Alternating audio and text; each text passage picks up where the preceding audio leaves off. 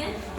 Okay, good afternoon everyone. I am the last reporter of this module, which is the module 9, the use of mother tongue in teaching elementary science. So we are down here with the science processes skills for learning and teaching in the lower grades.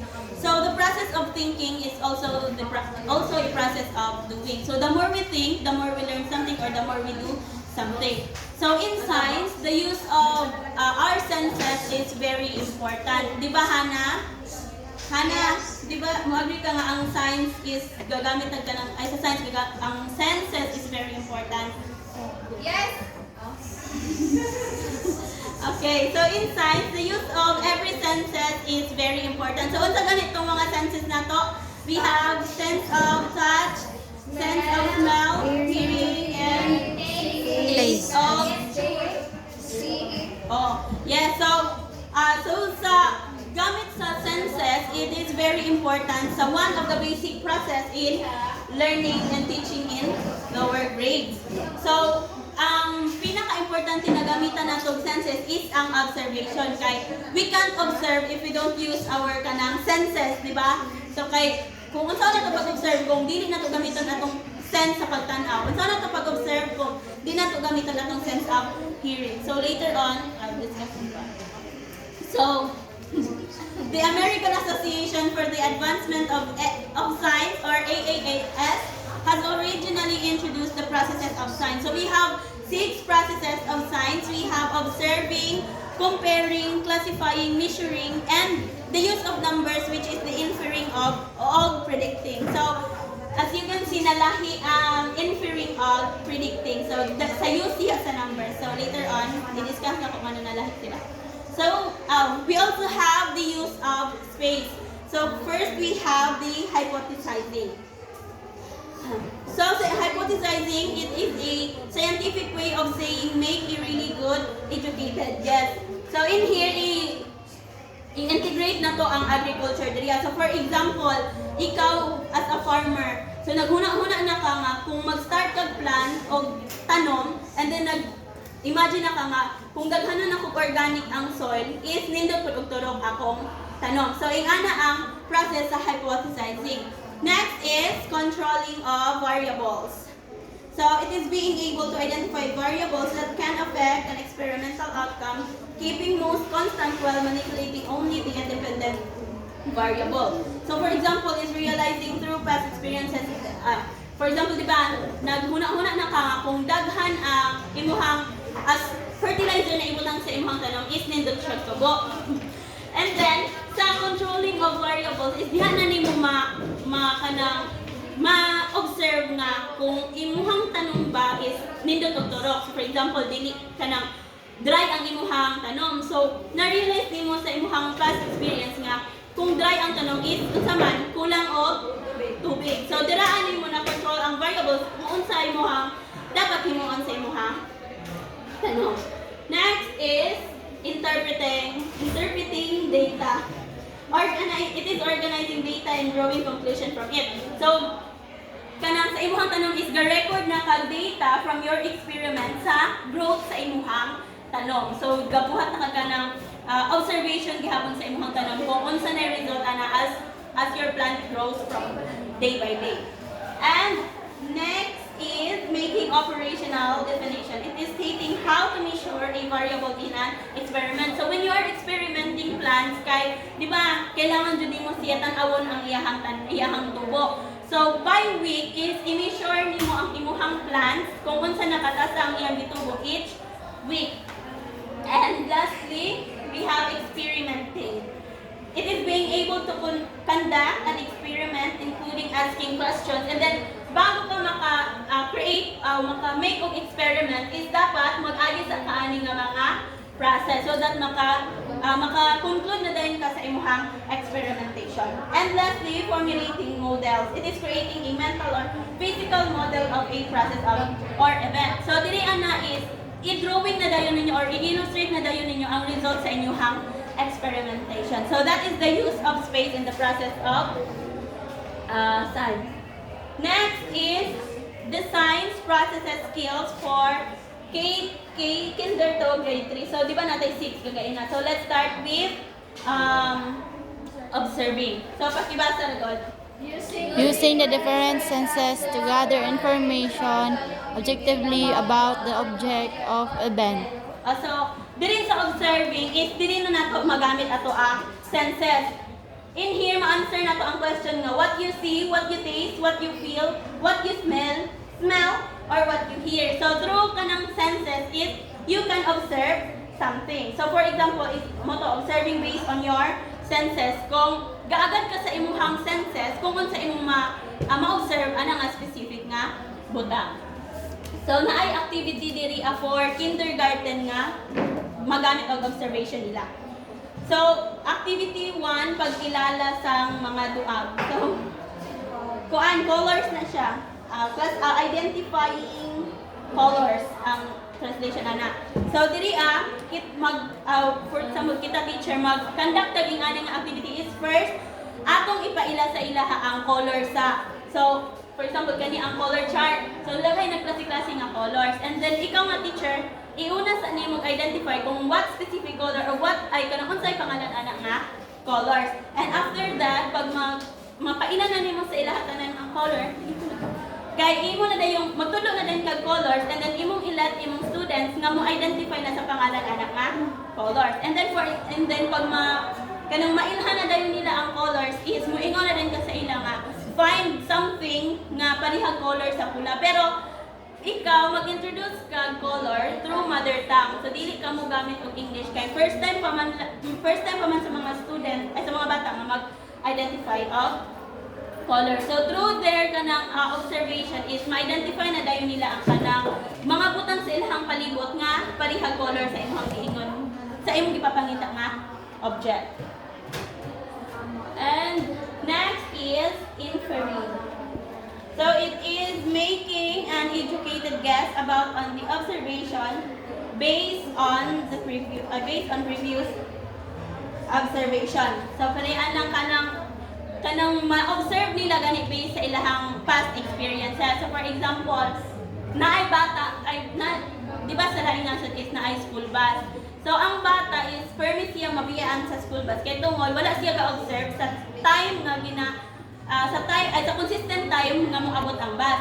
So through his or her observation is ga-observe siya kada adlaw kung unsa nga time jud mohunong ang bus sa ilahang balay. So with that, gi-apply na din niya ang iyang na-observe and then ga-prepare siya sa time before moabot ang bus, and then maka-cope up na din siya sa time nga moabot ang bus sa ilahang balay. So kasabot mo?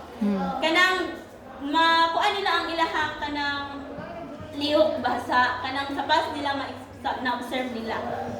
And then next is classifying. So pakibasa. Grouping or ordering objects or events into categories of broad properties, characteristics, area. Okay. So parehanan di ba familiar naman kayo sa classifying. So imong ilat imong students to kanang ilahi-lahi gani ang mga butang. So for example, sa group A is all fruits and sa group B kay all grains. So imong ilat imong students nga i-classify itong mga butang ay kanina bilong sa fruits, ay kanina bilong sa grains. So imuhang kanang dili ikaw mismo ang mo kuan sa bata, but imuhang imuhang pasagdan lang ang bata kung saan nila pag-classify ang mga butang. So na ay activity diri as for classifying activity for grade 1. Grade 1. So this activity is pareho kung hindi pareho or similar or different. So imo silang i-group with 5 members each group, and then papilion mo sila as leader. So each group will be given a box with different objects. So tagaan mo silang box. And then sa box is dapat na kay categories na i-prepare. So for example, diri is categories sa fruits, categories sa vegetables, o categories sa kanang mga things. So sa sulod sa box is tanan-tanan nagsagol ang mga butang. So each group, di ba Jihel, each group is imuha silang ilet nga, di ba sa group ay sa box is naa na tong mga butang nga kuan sa katong categories na imong gihatag. So imong ilat ang kada group na ilahi-lahi itong mga naa sa sulod sa box. So for example, ilahi nila ang kanang fruits lang na nasa sulod sa box, vegetables, and then things. Next is measuring. It is comparing two things or objects. One is a standard measure, or it may be a non-standard measure. So it is from the word itself, comparing two things, no? For example, is a meter stick is a standard measure to compare the edge of a table. So diri is tagaan nimo ka ng nato activity diri. So sa activity is malaba o kon malibot. So diri is kanang tagaan nimo kanang duha ka things ang mga bata, taas o mubo. So imuhang yung let's say lahat ay imuhang yung ipa-identify sa ila kung sa duha ka butang asa ang mubo o asa ang taas. And then para mabalaan nimo nga maka-identify na sila ana ang butang, is tagaan nimo sila as meter stick, and then imong ipalit sila kanang measure sa anything sa sulod sa classroom nga ma-measure gamit ang meter stick. So for example, kanang ikaw as a student is nagpa-activity mo, tapos imo silang kanang subukan nga i-measure ang kanang table o i-measure ang wall sa school. So through with that, mabalaan nila nga asay mas mubo o asay mas taas sa pag-measure gamit ang meter stick. And next is communicating. Sometimes called describing by using words or graphic symbols to describe an action or event. So this diria is describing the temperature of water through a graph over a period of time. So diria is ma-compare sa bata, ay di ba kagaina sa measuring is mabalaan nila ang kalahian sa ilahara pong makitaan, no? Sa ilahang kanang base sa ilahang pag-action. So diri sa communicating is mo describe silang things or event through graph. So dili na kanang i-measure nila, but then ilahan yung kanang gamitan og graph para ma-measure ang kalahian sa duha ka butang or sa events. Next is predicting. It is stating or describing the outcome of a future event based on patterns under normal conditions like sunrise and sunset or growth of plants. So it is predicting the growth of corn seeds over a period of time. So predicting, kabalo naman dito sa nang predicting. So predict ka ng possible outcomes sa imong gibuhat na decision or plan. Next, let's proceed to the lesson exemplars. So the lesson plan clarifies what learning outcomes to be achieved, how to achieve them, what are the indicators for achieve outcomes. So, di ba, as a future teacher, daghan kayo tag-i-consider in teaching sa field na. So, isa diri is it is the following are the important thing that the future teacher should fully understand. So, first, we have who are they teaching? So, kita sa teacher, dapat makabaluta kung kinsa jud ato ang ginatudloan. So mag-base that sa kung kinsa atong ginatudloan sa atong standard pod sa pagtudlo. No? For example, kinder inyohang gitudloan, and then ang inyohang standard sa pagtudlo is pang college. So makasabot ba ang bata? Makasabot ba ang bata sa imong gitudlo ko? Kung imong standard kay taas. So di ba dili? So kung mutudlo tag kinder is dapat malumanay kay atong pagkuan kay malumanay atong pagtulog kay di ba naay uban bata nga kanang dugay kasabot og basbas ka mastorya, naay uban bata nga dugay pud makasabot og hinay ka mastorya. So dapat makabaluta sa ato ang bata. So di ba nato gingon nga kanang ito dapat nato ila-ilahon ang kanang kada estudyante nato sa eskwelahan. Next is what they are teaching. So kung teacher ta, dapat kabalo jud ta sa ato ang ginatudlo, no? Di ba? Mas dapat una ta makabalo nga teacher kaysa sa atong estudyante kay lesson sad magtulo-tulo lang ta nya. Kita mismo wala kabalo sa atong ginatudlo. So, unsa man mo pagpasabot sa bata kung ikaw mismo teacher wala ka kabalo sa unsa imong ginatudlo. And next, how they are teaching. So mo ta kung ingon gaina, mag-base ka sa imuhang student kung unsaon nimo imong paagi sa pagtudlo, kung unsa nga strategy ang imong gamiton sa pagtudlo. So kay di ba kani na kay di ba nay uban bata nga pas maka-learn through Fast kanang learner. dili kanang pictures nga pas silang kala niya. Na kay uban bata pas maka-learn sa pagkanang istorya lang sa teacher. So in that way dapat kabalutan mo balance sa atong paagi sa pagtudlo para tanan ng estudyante is makasabot. And lastly is the positive results of their teaching. So di ba kita as a teacher, dapat na di ba tayo ginaset na goals para matudloan ang totoong estudyante. So kita, pag mo set na goals, dapat pag mo set na goals, kabalo po sa itong kaugalingon nga at the end of the lesson, ma-achieve natin nga goal. So with that, dapat kabalo tadaan nga ang outcome sa imuhang lesson is na ay positive nga results. So, Hana, tagain na kung isa ka examples, ay isa ka following important thing nga gina-considered as a teacher. So, ano sa to? Katong akong gidiscuss.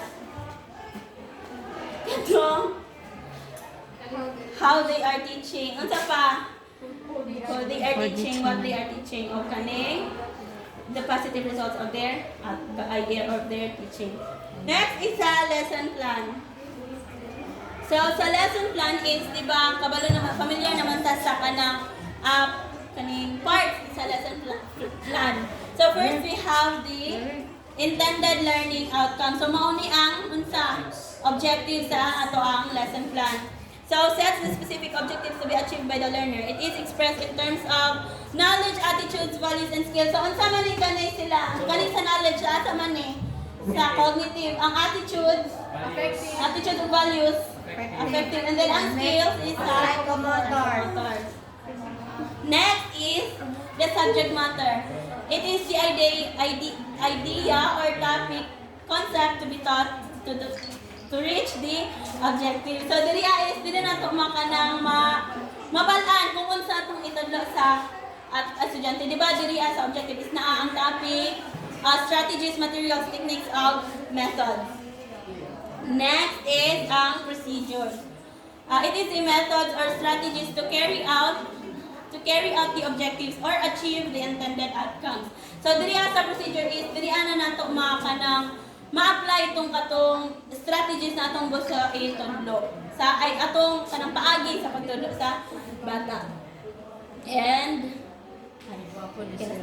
and last is the assessment of learning outcomes. It is a procedure to determine if the objects or the intended learning outcomes have been achieved. So diri ana unsa man kasagaran diri sa part sa lesson plan is ang evaluation. So, diraan na ito matest kung ang ato ang learning outcomes na giset is na-achieve ba yun sa ending sa atong lesson.